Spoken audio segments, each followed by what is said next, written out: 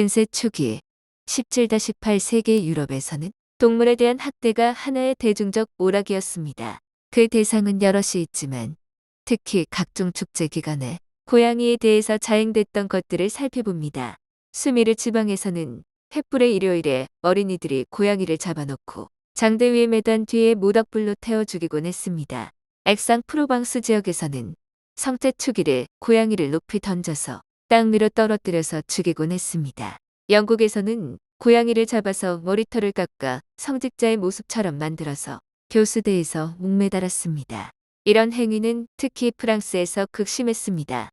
파리 사람들은 축제 때 모닥불을 피워놓고 춤을 추고 그 위를 뛰어넘으며 재앙을 피하기를 빌었는데 모닥불 속에 마법의 힘을 지닌 그 무엇인가를 넣으면 그 효과가 더 강해진다고 믿었습니다.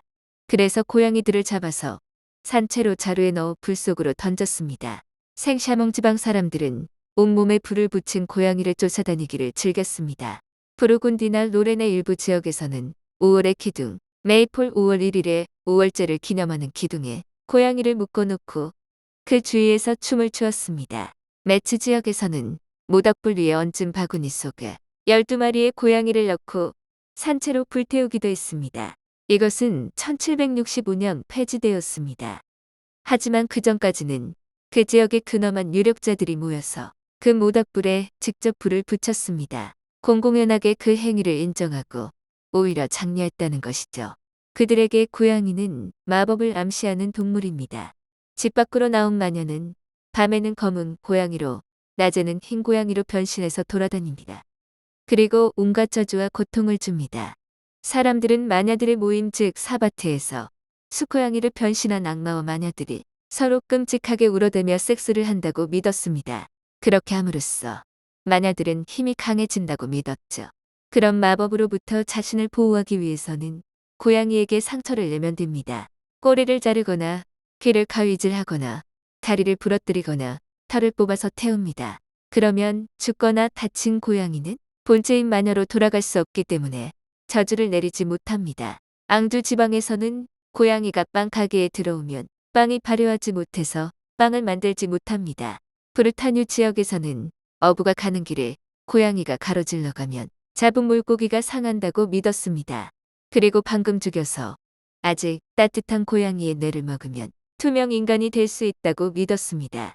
베아른 지방에서는 고양이를 생매장하면 잡초를 없앨 수 있다고 믿었습니다. 새로 집을 지을 때 사람들은 고양이를 산채로 벽 속에 넣고 벽을 발랐습니다. 그러면 악마가 벽에 갇혀서 저주를 못 내린다고 믿었습니다. 고양이는 온갖 미신적 민간요법의 대상입니다.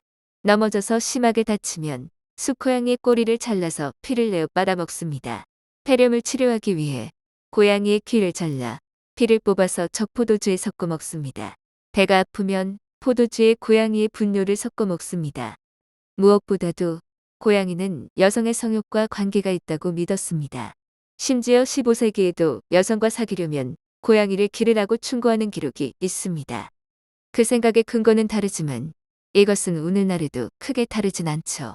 남자를 만나려고 하는 여자는 고양이의 꼬리를 밟으면 안 됩니다. 한번 밟으면 결혼이 1년 연기됩니다. 캥페르 지방에서는 7년이 연기됩니다. 누아르 계곡 일부 지역에서는 고양이가 비명을 지른 횟수만큼 연기된다고 믿었습니다.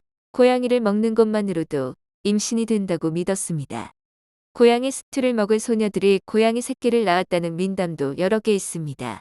북부 브르타뉴 지역에서는 고양이를 올바른 방식으로 묶기만 하면 병든 사과나무가 다시 살아나 열매를 맺는다고 믿었습니다. 이때 사람들은 왜 그렇게 고양이에게 심하게 대했을까요? 고양이에게는 이집트에서 이 동물이 나온 이래로 사람들에게 무언가 신비한 것이 있다고 믿게 만드는 것이 있었습니다. 사람을 뻔히 응시하는 그 눈길에서 사물을 잘 살펴보는 지성이 느껴집니다. 밤중의 고양이 울음소리는 인간의 동물적 본성의 깊은 곳에 있는 무언가를 건드립니다. 정반대되는 두 가지가 혼재하고 있죠. 현대에서는 고양이에 대한 근세 유럽인들의 미신적 관념에 대해 코웃음 칠지도 모릅니다.